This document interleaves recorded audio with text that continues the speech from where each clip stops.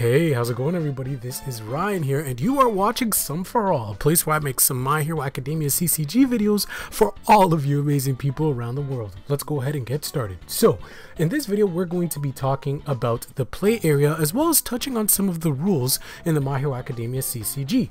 So, right off the bat, before you start your fight, before you face your opponent, and before you draw any cards, you have to place down your character card, your main hero or your main villain. So in this case, we're going to go with Izuku Midoriya. So your main hero is going to be placed on the left side of your mat.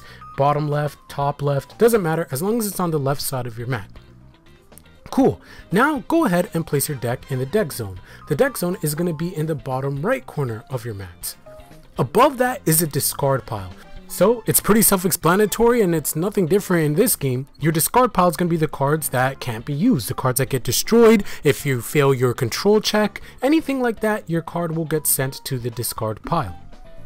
Alright, so this area where I'm highlighting now, right in between your hero or villain, your character card, as well as your deck, is called the staging area. This is where all of your cards, or a majority of your cards, are going to be throughout the match, your foundations. Remember how in the previous video I told you how majority of the cards in your deck are going to be foundations? This is where they go at the end of your turn.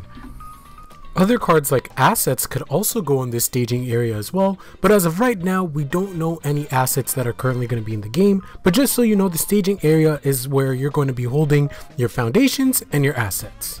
Now in the area above that, this is going to be your card pool. Now your card pool is where you play your cards. Remember how I told you your staging area is where your foundations and your assets go at the end of your turn? While during your turn, you're going to be playing your cards in your card pool area.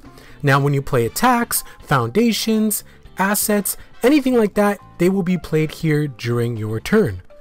Now cards played in the card pool have to be played from left to right, and this is extremely important because this game has a thing called progressive difficulty. Remember my previous video where I talked about how every card has a difficulty, every foundation, every attack? So every time you play a card, it gets more and more difficult in order to play your next card because your hero or villain is getting more and more tired, right? So say you play a foundation that has a difficulty of 2. Pretty straightforward, right? It's the first foundation you played, you do your check, you checked it, say the top card of your deck was a 3, perfect, you could play your foundation. Now, say you have another foundation in your hand, and this card is also a 2. Since you've already played one foundation that turn, your difficulty number is now 3 because it's whatever's on the card plus the amount of foundations or whatever cards you played in your card pool up until that point. So it's 2 plus 1, which means the difficulty of that 2 card now becomes 3. So now you have to check that. As you keep going, so on and so forth, it keeps increasing. So the next card would have to have a +2 difficulty modifier. The next card would have a +3 difficulty modifier. As I mentioned earlier, at the end of your turn, all the cards in your card pool area, well not all of them, specifically your foundations or assets will be brought down to your staging area, whereas your attacks will either be gone to the discard pile if your card was successfully blocked, which we'll talk about a little bit later, or if your attack was successful, you can choose to bring it into your momentum, which again, I'll talk about later. Alright, just one more zone to talk about, and that is the removed from game zone. So when a card is removed from the game and placed in this zone, typically it's not going to be able to return back to the deck or any of the other types of zones in the game unless a very specific effect calls for it. So when it's removed from the game, it's completely removed from the game. It's not in your discard pile. You can't use any effects to target that card unless a card specifically says cards that are removed from the game. Alright, so to finish up, I want to talk about 2 mechanics. One mechanic I want to talk about is momentum. I kind of mentioned it a little bit earlier if you remember. Now momentum comes from attacks that successfully go through. I'm going to be talking about blocking attacks, attacks being successful and things like that in my next video when I talk about the actual game mechanics and the phases. But in terms of this video, what momentum is if an attack is successful, if an attack successfully goes through, then you can bring it into your momentum during your end phase the same time that you bring your foundations into your staging zone. Now let's take a look at the card on the screen right now, 5% Detroit Smash. If we read it, it's an enhancement step effect. You discard 1 momentum and this card gains 5 speed. Only playable if this attack's damage is 10 or greater.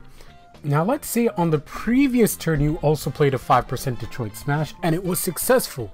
you could move that card behind your character card, and that is now known as momentum. Like I mentioned earlier, any successful attack can be brought to as momentum.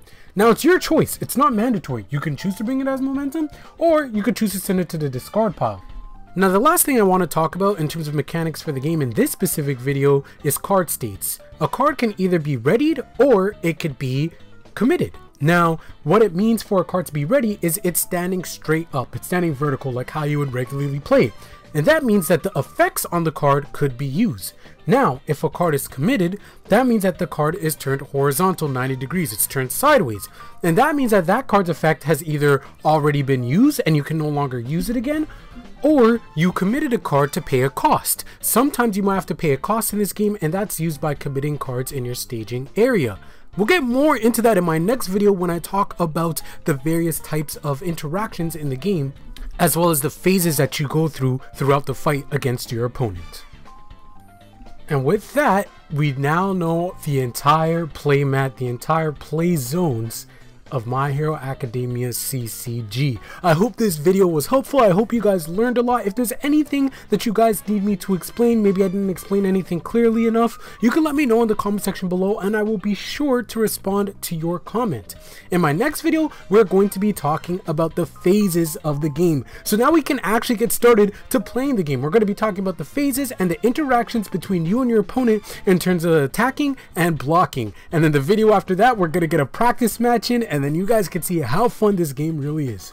If you guys enjoyed this content, be sure to subscribe, like, share with a friend, leave a comment down below, let me know your thoughts on it, and stay tuned, but most importantly, go plus ultra. I'll catch you guys later, and I'll see you guys soon.